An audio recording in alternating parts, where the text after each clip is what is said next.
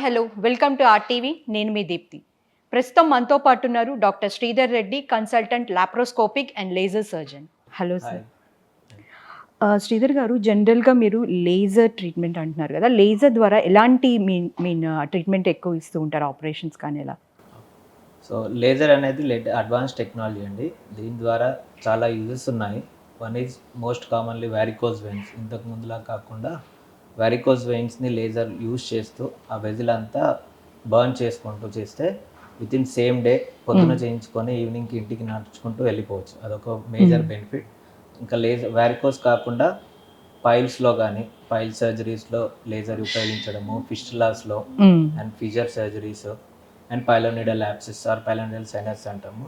Major వీటన్నిటిలోనూ laser ఉపయోగపడుతుంది. Conventional open techniques కన్నా సో కన్వెన్షనల్కి అండ్ నార్మల్ కన్వెన్షనల్ సర్జరీకి ఈ లేజర్ సర్జరీకి అసలు డిఫరెన్స్ ఏంటంటే? సో కన్వెన్షనల్ మెథడ్ అంటే it is more time taking procedures and wound cut చేయడము, బ్లీడింగ్ అవ్వడం కానీ, రా ఏరియా, ఫాలో అప్ టైం, ఎక్కువ రోజులు హీలింగ్ పట్టడము, ఇవన్నీ ఉంది.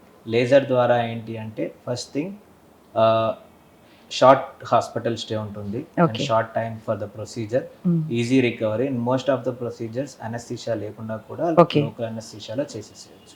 So early recovery and cost effective procedure. Cost effective. So laparoscopy అని చెప్పారు కదా, సో త్రూ లాప్రోస్కోపీ మీరు ఎలాంటి సర్జరీస్ ఎక్కువ చేస్తూ ఉంటారు? సో లాప్రోస్కోపీ అంటే జనరల్ కామన్ మ్యాన్ లాంగ్వేజ్లో అనుకునే కీహోల్ సర్జరీస్ అంటాము. ఓకే. సో దాని ద్వారా అది పొట్టకు సంబంధించిన చాలా డిసీజెస్కి లాప్రోస్కోపీ వాడతాము. మనము సర్జరీకి తగ్గట్టు హోల్స్ పెడతాము. Usually the holes will be 5 mm కానీ మ్యాక్సిమం 10 mm సైజ్ ఉంటాయి. ఆ సైజ్ హోల్స్లోంచి ఇన్స్ట్రుమెంట్స్ పాస్ చేసుకుంటూ సర్జరీ అనేది కంప్లీట్ చేస్తాం. దీనివల్ల బెనిఫిట్స్ ఏంటి అంటే పొట్ట కట్ చేయాల్సిన పని ఉండదు. ఓకే. అండ్ పెయిన్ తక్కువగా ఉంటుంది, పెయిన్ రిలీఫ్ తొందరగా ఉంటుంది. అండ్ ఎర్లీగా within the same day evening కానీ వెరీ నెక్స్ట్ డే నుంచి పేషెంట్ నడవడం కానీ అన్నీ చేసుకోవచ్చు. And the next usually majority of the procedures like gall bladder స్టోన్స్కి లాప్రోస్కోపీ వాడతాము. అండ్ హర్నియా సర్జరీస్కి, అపెండిక్స్కి, గర్భసంచి రిమూవల్, హిస్టెక్టమీస్ కూడా. వీటన్నిటిలో బెనిఫిట్ ఏంటంటే ఇవి చేస్తే ద నెక్స్ట్ డే నుంచే నడవడం కానీ ఇంటికి వెళ్ళిపోవడం అన్నీ ఈజీగా. So shorter stay of period. And ఇంకోటి ఇన్ఫెక్షన్ ఛాన్సెస్ చాలా తక్కువగా ఉంటాయి లాప్రోస్కోపీలో. ఓకే. సో ఇప్పటి వరకు మీరు ఎన్ని సర్జరీస్ చేశారు, ఐ మీన్ త్రూ లాప్రోస్కోపీ కానీ లేజర్ సర్జరీస్లో? ఇప్పుడు more than thousands of cases అయితే చేసేసాను, ఇంక్లూడింగ్ అబ్డామెన్లో వచ్చేసేసి చాలా గాల్ బ్లాడర్ రిలేటెడ్ కానీ, హర్నియాస్, అపెండిక్స్, ఇంటెస్టైనల్ రిసెక్షన్స్ కానీ అవన్నీ. జనరల్గా మీ దగ్గర పేషెంట్ వచ్చినప్పుడు వాళ్ళు గాల్ బ్లాడర్ స్టోన్స్ కానీ సిమ్టమ్స్ ఎట్లా ఉంటాయి వాళ్ళకి?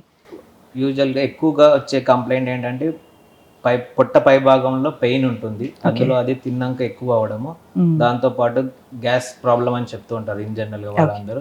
కడుపు ఉబ్బసం కానీ, టైట్నెస్ అనిపిస్తుంది, తిన్నాక తేన్పులు ఎక్కువగా రావడము, అండ్ పొట్ట రైట్ సైడ్ భాగంలో ఎక్కువగా పెయిన్ ఉంటుంది. ఇవి సిమ్టమ్స్ అన్ని మోస్ట్లీ అవన్నీ related to gall bladder stones ఉంటాయి. సో జనరల్గా ఈ స్టోన్స్ అనేవి నార్మల్గా రిమూవ్ చేయడానికి వీల్లేదంటారా? అంటే they have to go through surgery అంటారా? So stones once they are formed అవి పాస్ అవ్వడానికి ఈజీగా ఉండదు. అది కిడ్నీ స్టోన్స్ లాగా కాదు. Kidney stone they will pass off in the urinary tract. But the gall bladder stones ఏంటంటే అది బయటికి వచ్చే ఆ ద్వారం చాలా చిన్నగా ఉంటుంది, 2 to 3 mm. సో దాంట్లోంచి అవి రావడం అనేది impossible. So but other than that దానివల్ల వచ్చే కాంప్లికేషన్స్ ఎక్కువ. స్టోన్స్ అలాగే ఉంచుకుంటే ఏంటంటే గాల్ బ్లాడర్ ఇన్ఫెక్షన్ అవ్వడం కానీ, అవి అడ్డుపడితే జాండీస్ రావడము. సో దానివల్ల సర్జరీస్ డిఫికల్ట్ అవుతాయి, రికవరీస్ డిఫికల్ట్ అవుతాయి.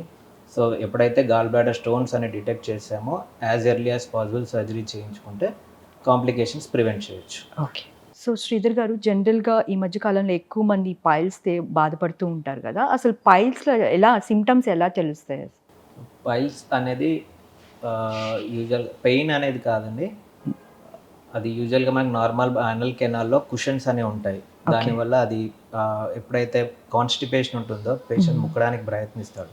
అలా లాంగ్ టర్మ్లో ముక్కినప్పుడు ప్రెషర్ పెరిగేసేసి ఆ కుషన్స్ అనేటివి బయటికి స్లోగా స్వెల్ అయిపోయి స్లోగా అది ఒక ఇమీడియట్గా వచ్చిన ప్రాబ్లం కాదు, few months or few years నుంచి డెవలప్ అవుతూ ఒక స్టేజ్లో బయటికి వచ్చేస్తాయి మొత్తం. అలా వచ్చినప్పుడు పేషెంట్కి యూజువల్గా మోషన్ వెళ్ళినప్పుడు ఆ ప్రెషర్ వల్ల అక్కడ టేర్స్ అయ్యి బ్లీడింగ్ అవ్వడము, లేదంటే ఆ వాపు లాగా తగలడము వాష్ చేసుకునే టైంలో, ఈ 2 సిమ్టమ్స్ మెయిన్గా ఉంటాయి, వాప్ ఒకటిను బ్లీడింగ్ అనే కంప్లైంట్స్. అండ్ అది స్టేజ్ని బట్టి ఉంటుంది, గ్రేడ్ 1 to 4 ఉంటాయి. డిపెండింగ్ ఆన్ ద గ్రేడ్ అది ఉంటుంది. యూజువల్గా బయటికి వచ్చాయి అంటే ఇట్ ఈస్ లైక్ గ్రేడ్ 3 అనమాట.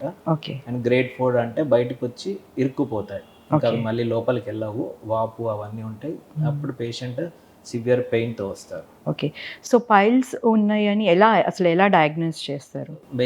ఫస్ట్ థింగ్ పేషెంట్ కంప్లైంట్స్ చెప్పడం ఇది ఒకటి, వాపు ఉండడము, బ్లీడింగ్ అవ్వడం అనే కంప్లైంట్స్తో వస్తాడు.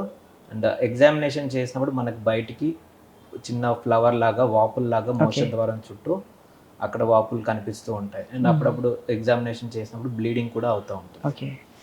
సో ట్రీట్మెంట్ దీనికి వచ్చేసి ఓన్లీ సర్జరీ అయినా ఇంకా వేరే ఆప్షన్స్ ఏమైనా ఉన్నాయా?